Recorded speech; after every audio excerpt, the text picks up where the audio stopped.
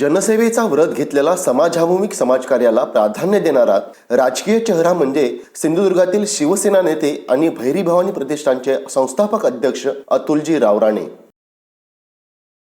सामाजिक आणि राजकीय बाळकडू युनियन लीडर असलेल्या वडील आणि तब्बल 15 वर्षे बदलापूर जवळील गावात सरपंच पद भूषविलेल्या आईकडून अतुल रावराणेंना मिळाले. युनियन लीडर असलेल्या वडिलांचे राष्ट्रवादी काँग्रेस नेते विद्यमान कॅबिनेट मंत्री जितेंद्र आव्हाड यांच्या वडिलांशी अगदी घनिष्ठ संबंध होते. त्यामुळे अतुल रावराणे यांच्या घरी राजकीय नेत्यांची आणि पुढाऱ्यांची कायमच वर्दळ असे. त्यामुळे साहजिकच अतुल यांचा ओढा हा समाजकारणाकडे होता. समाजकारणाला राजकारणाची जोड दिली तर जनतेची कामे अधिक वेगाने होऊ शकतात हे लक्षात येताच अतुल यांनी राष्ट्रवादी काँग्रेस पक्षाच्या माध्यमातून आपल्या राजकीय कारकिर्दीला सुरुवात केली.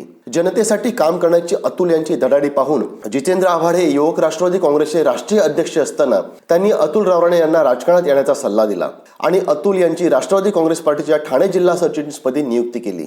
इथूनच अतुल रावराणे यांच्या राजकीय जीवनाला खऱ्या अर्थानं सुरुवात झाली. जनतेच्या कामांसाठी आक्रमक स्वभाव ठेवणाऱ्या जितेंद्र आव्हाड यांचा आपल्यावर प्रभाव असल्याचं अतुल रावराणे प्रांजळपणे मान्य करतात.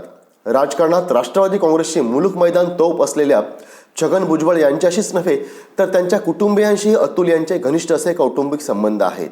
माजी खासदार समीर भुजबळ यांच्या लोकसभा निवडणुकीवेळी अतुल यांच्यावर समीर भुजबळ यांनी सोपवलेली इगतपुरी बुटी भागातील जबाबदारी अतुल रावराणे यांनी समर्थपणे पेलली होती. मुंबईच्या उपनगरात कार्यरत असतानाही अतुल रावराणे यांचा ओढा ग्रामीण भागाकडे होता. वैभववाडी तालुक्यातील आचिर्णे गावचे सुपुत्र असलेल्या अतुल रावराणे यांना ग्रामीण भागात काम करण्याची आवड होती. अतुल रावराणे यांनी विद्यमान कॅबिनेट मंत्री उदय सामंत हे युवक राष्ट्रवादी काँग्रेसचे प्रदेशाध्यक्ष असताना राष्ट्रवादी काँग्रेसचे प्रदेश सरचिटणीस म्हणून जबाबदारी अंगावर घेतली आणि त्यांचा आपल्या मायभूमी असलेल्या सिंधुदुर्ग जिल्ह्याशी राजकीय दृष्ट्या 2010 साली संबंध जुळून आला. त्यापूर्वी ज्या भागात अतुल यांनी राजकीय काम केले होते तिथे सर्व राजकीय नेते एकोप्याने काम करत होते. युवक राष्ट्रवादी काँग्रेसचे महाराष्ट्र प्रदेश चिटणीस म्हणून काम करत असताना अतुल यांना सिंधुदुर्ग जिल्ह्यात असलेल्या राजकीय दहशतवादाची जाणीव झाली. मुळातच संघर्षातून आपले राजकीय आणि सामाजिक व्यक्तिमत्व घडवणाऱ्या अतुल रावराणे यांनी जिल्ह्यातील हा राजकीय दहशतवाद नाहीसा करण्याचा पण केला. जनतेशी कायम आपली नाळ जोडून ठेवणाऱ्या अतुल रावराणे यांनी राष्ट्रवादी काँग्रेसचे सर्वेसर्वा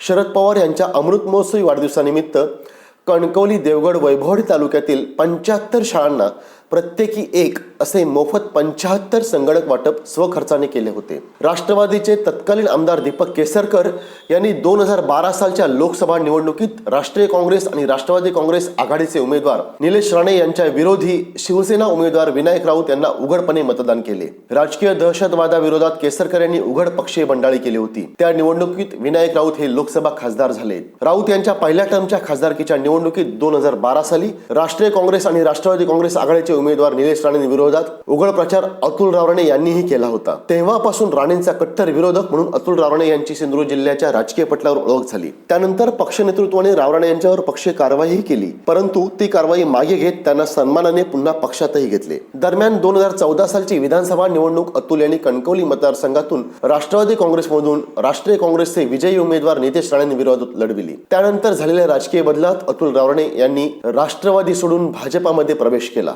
संकटकाळी सामान्यातल्या सामान्य कार्यकर्त्याच्या हाकेला रात्री अपरात्री धावून जाण्याच्या स्वभावामुळे अतुल रावराणे यांनी कणकवली, देवगड, वैभववाडी विधानसभा मतदारसंघात कार्यकर्त्यांचे जोरदार संघटन केले. कार्यकर्त्यांची मोड बांधून ग्रामीण भागातील जनतेच्या अडीअडचणी समजून घेत त्या सोडविण्यासाठी प्रामाणिक प्रयत्न केला. त्यामुळे कणकवली विधानसभा मतदारसंघात अतुल रावराणे यांचा चाहता असलेल्या कार्यकर्त्यांची फळी निर्माण झाली. 2019 सालच्या विधानसभा निवडणुकीत भाजपाकडून आमदारकीचे तिकीट हमखास अतुल रावराणे यांना मिळणार अशी राजकीय स्थिती निर्माण झाली असतानाच ऐन उमेदवारी दाखल करायच्या तोंडावरच स्वतःचा स्वाभिमान पक्ष भाजपात विसर्जित करून विद्यमान केंद्रीय मंत्री नारायण राणे व त्यांचे आमदार पुत्र नितेश राणे व माजी खासदार निलेश राणे भाजपात डेरे दाखल झाले. नितेश राणेंना भाजपाकडून कणकवली विधानसभा मतदारसंघातून उमेदवारी देण्यात आली आणि राणेंचा कट्टर विरोधक असलेल्या अतुल रावराणे यांच्या मेहनतीवर पाणी फिरले. अतुल रावराणे यांनी ज्या राणेंच्या राजकीय दहशतवादाविरोधात लढा दिला त्या राणेंसोबत काम करण्याऐवजी शिवसेना पक्षप्रमुख उद्धव ठाकरे यांच्या उपस्थितीत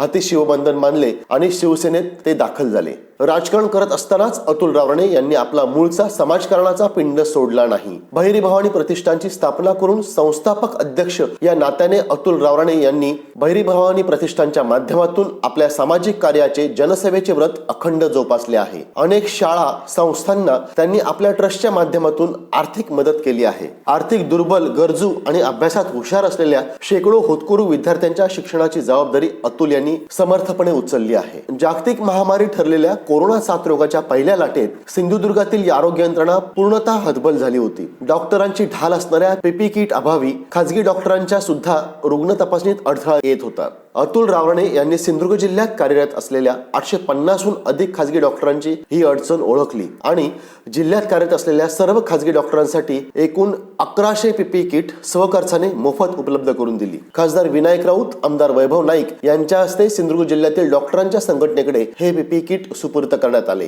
prevention is better than cure असे वैद्यकशास्त्रात म्हटले जाते. कोरोना काळात देवगड, विजयदुर्ग, वैभववाडी, कणकवलीच्या ग्रामीण भागात कोरोनापासून बचाव होण्यासाठी प्रतिकारशक्ती वाढवणाऱ्या आर्सेनिक अल्बम 30 या होमिओपॅथी गोळ्यांचे लाखोंच्या संख्येने अतुल रावणे यांनी घरोघरी वाटप केले. या कामी अतुल यांना त्यांची होमिओपॅथी डॉक्टर असलेल्या पत्नीची मोलाची साथ लाभली आहे. त्यासोबतच हजारोंच्या संख्येने मास्क आणि सॅनिटायझरचे वाटपही अतुल रावणे यांनी स्वखर्चाने केले आहे. तौक्ते वादळग्रस्त आणि जुलै 2021 मधील महापूरग्रस्त जनतेच्या मदतीला धावून जात कित्येकांना अतुल रावणे यांनी स्वतःच्या खिशातून आर्थिक मदतीचा हात दिला आहे. कोरोना काळात मुंबई, पुणे सारख्या मेट्रो शहरातील नोकरी धंद्याला असणाऱ्या युवकांना लॉकडाऊन काळात आपला रोजगार गमवावा लागला. तेव्हा आपापल्या गावी आलेल्या युवकांच्या हाताला आणि येथील शेतकऱ्यांना हमखास पिढ्यानपिढ्या शाश्वत आर्थिक उत्पन्न मिळण्यासाठी मोफत काजू कलम आणि काजू रोप वाटप तसेच सेंद्रिय खत वाटप करण्याचा निर्णय अतुल रावणे यांनी घेतला. सेंद्रिय खताचं मोफत वाटप केलं जातं. बहिरी भवानी प्रतिष्ठानच्या माध्यमातून बळीराजा आत्मसन्मान ही अत्यंत महत्वाकांक्षी योजना अतुल रावणे यांनी 2020 सालापासून हाती घेतली आहे. येथील स्थानिक शेतकऱ्यांनी आपल्या जमिनी विकू नयेत, आपल्या पड आणि नापीक असलेल्या जमिनीचा वापर करावा आणि हमखास पिढ्यानपिढ्या शाश्वत आर्थिक उत्पन्न देणारी काजू लागवड करावी यासाठी कणकवली, देवगड आणि वैभववाडी तालुक्यातील शेतकऱ्यांसाठी बळीराजा आत्मसन्मान योजनेतून मोफत काजू कलम तसेच लागवडीसाठी मोफत सेंद्रिय खत पुरवठा सुरू केला आहे. साहेबांच्या हस्ते मागच्या वर्षी आपण या संकल्पनेचा शुभारंभ केला देवगडमध्ये. दरवर्षी 50,000 काजू कलम, 5,000 कमीत कमी 5,000 शेतकऱ्यांपर्यंत आपली मदत पोहोचवण्याची संकल्पना पोहोचवण्याचा आमचा उपक्रम होता. मागच्या वर्षी आपण 27,000 काजूची कलम वाटण्यात आपण यशस्वी झालो. जवळजवळ 2,700 शेतकऱ्यांपर्यंत आपण पोहोचू शकलो. गतवर्षी 2020 साली एकूण 27,000 शेतकऱ्यांनी याचा लाभ घेतला, तर चालू 2021 साली 5,000 शेतकऱ्यांना प्रत्येकी 10 काजू कलम मोफत वाटप करून एकूण 50,000 शेतकऱ्यांना याचा लाभ बहिरी भवानी प्रतिष्ठानच्या माध्यमातून देण्यात येणार आहे. 5 गुंठे जमिनीत किमान 10 काजू कलमे लावता येतात. लागवडीनंतर 4 वर्षांनी काजूबीचे पीक शेतकऱ्याला हमखास मिळते. अशा प्रकारे जर शेतकरी आणि येथील स्थानिक बेरोजगार अथवा तुटपुंजा रोजगार असलेल्या युवकांनी 100 काजू कलमे लावली तरी सरासरी 500 किलोनुसार शेतकऱ्याला 5,000 काजूबीचे वार्षिक उत्पन्न मिळते. बाजारभावानुसार या काजूचे आर्थिक उत्पन्न हे वार्षिक 4 लाखाहून जास्त रकमेचे होते. त्यामुळे साहजिकच येथील शेतकरी हा कायमस्वरूपी आर्थिकदृष्ट्या निर्भर बनेल हे ध्येय अतुल रावणे यांनी उराशी बाळगले आहे. कोकणात खाजगी मालकीचे काजू कारखाने अथवा काजू प्रोसेसिंग युनिट आहेत, मात्र सहकारी तत्वावर काजू कारखाना उभारला गेला नाहीये. शेतकऱ्यांना केवळ काजू कलम वाटप करून अतुल रावणे थांबले नाहीयेत, तर त्यांनी शेतकऱ्यांनी उत्पादन घेतलेल्या काजूबीला हमखास हमीभाव देण्यासाठी सहकारी तत्वावर काजू कारखाना उभारण्याची घोषणा केली आहे. या काजू कारखान्याची मालकी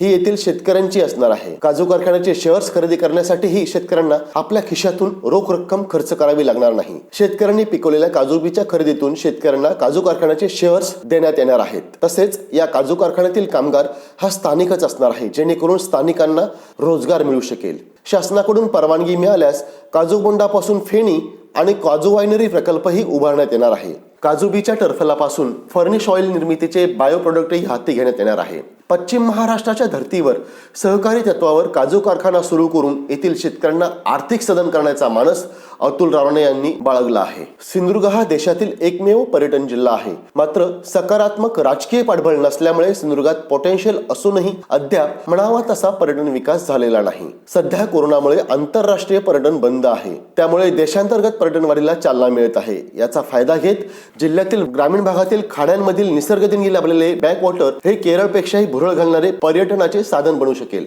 सिंधुदुर्गातील शिवकालीन असे 40हून अधिक अनेक गडकोट दुर्लक्षित आहेत. त्यांची डागडुजी केल्यास तेथील पर्यटन व्यवसाय आणखीन वाढीस लागेल. शिवसेना युवासेना प्रमुख तथा राज्याचे पर्यावरण मंत्री आदित्य ठाकरे यांचे यासाठी लक्ष वेधणार असल्याचे अतुल रावराणे आवर्जून म्हणतात.